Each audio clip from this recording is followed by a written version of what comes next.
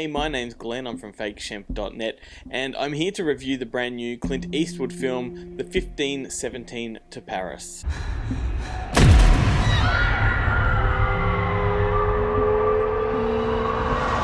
I guess you could consider this to be something of a companion piece to Sully, and I say that because he's taken a relatively small incident, theatrically speaking, and he's built an entire narrative around it. Now with Sully, it worked quite well because he had a whole lot of backstory to work with that was interesting. He also had an aftermath kind of narrative to play with. With 517, there's not much to tell.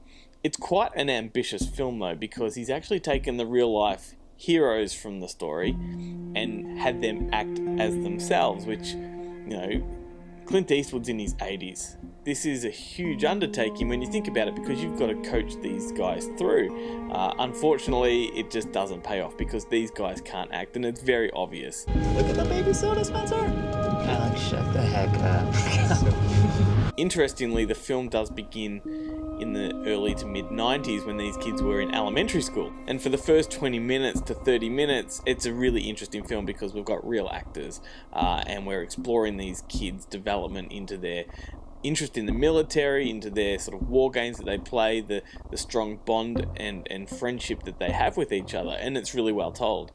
Their mothers in the film, I might add, are played by Judy Greer and Jenna Fisher.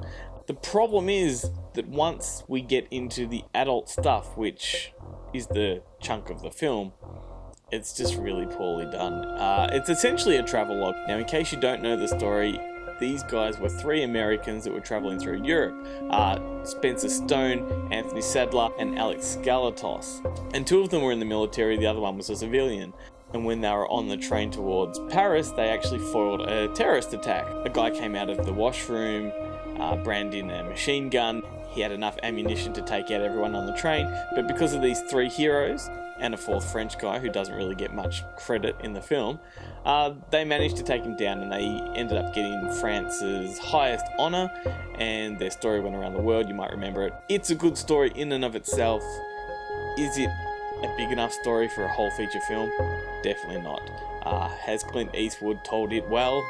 No, he hasn't. The style is clunky. I mean, you got that first chunk that I talked about when they were kids is filmed really well. It's the kind of quality that you would expect from Clint Eastwood. But then for the next hour, probably just over an hour, we have what is essentially a glorified travelogue where these three guys are just roaming around Europe with a selfie stick, taking fucking photos and talking to girls, ordering drinks. There's nothing interesting about it. These guys clearly can't act, and when you hold up their section with the earlier section, the difference is very evident. It's filmed differently, it's much more handheld sort of style. Clint tries to get up personal with these guys to sort of flesh out some character traits and all this kind of stuff to make it interesting, but he just doesn't. It just doesn't work. And I really hope that he doesn't die anytime soon, because I would really hate for this to be his swan song.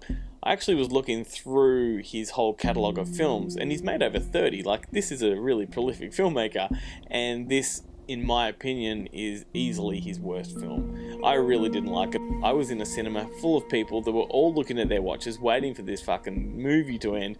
At least show us some action. The action happens in a blink of an eye. It's good action while it lasts, but you just don't get much of it.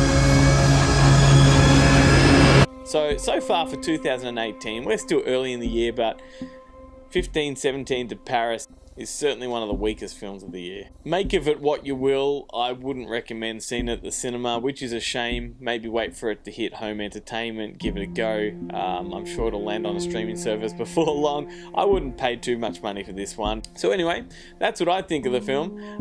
It's definitely a no from me. But I welcome you to join us. Visit us at fakeshemp.net. Hang out with us on our Facebook page. We're on Twitter.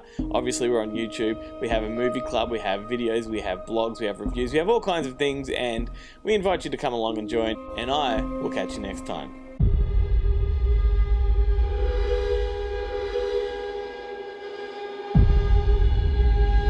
Bonjour. Vous désirez quelque chose? Snacks coming at 12 o'clock. Gentlemen. There you go. Thank you. Look at the baby soda, Spencer! Alex, shut the heck up.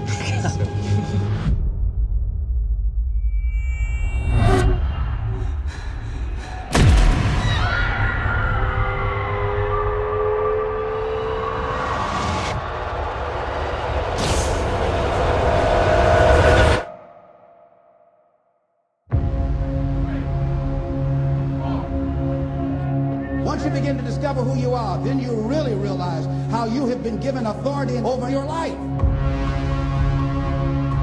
But you can only do that through the struggle of life. And most people avoid the struggle. Most people go through life avoiding pain. When you're working on a dream, at some point in time, a transition takes place. You learn how to leap higher. You start challenging yourself to dig deeper. Something in you that you never activate is lying dormant in there. Don't try and take any shortcuts. Do what you know is right. We've been chosen for this great work. I don't know, man. You ever just feel like life is just pushing us towards something, like some greater purpose?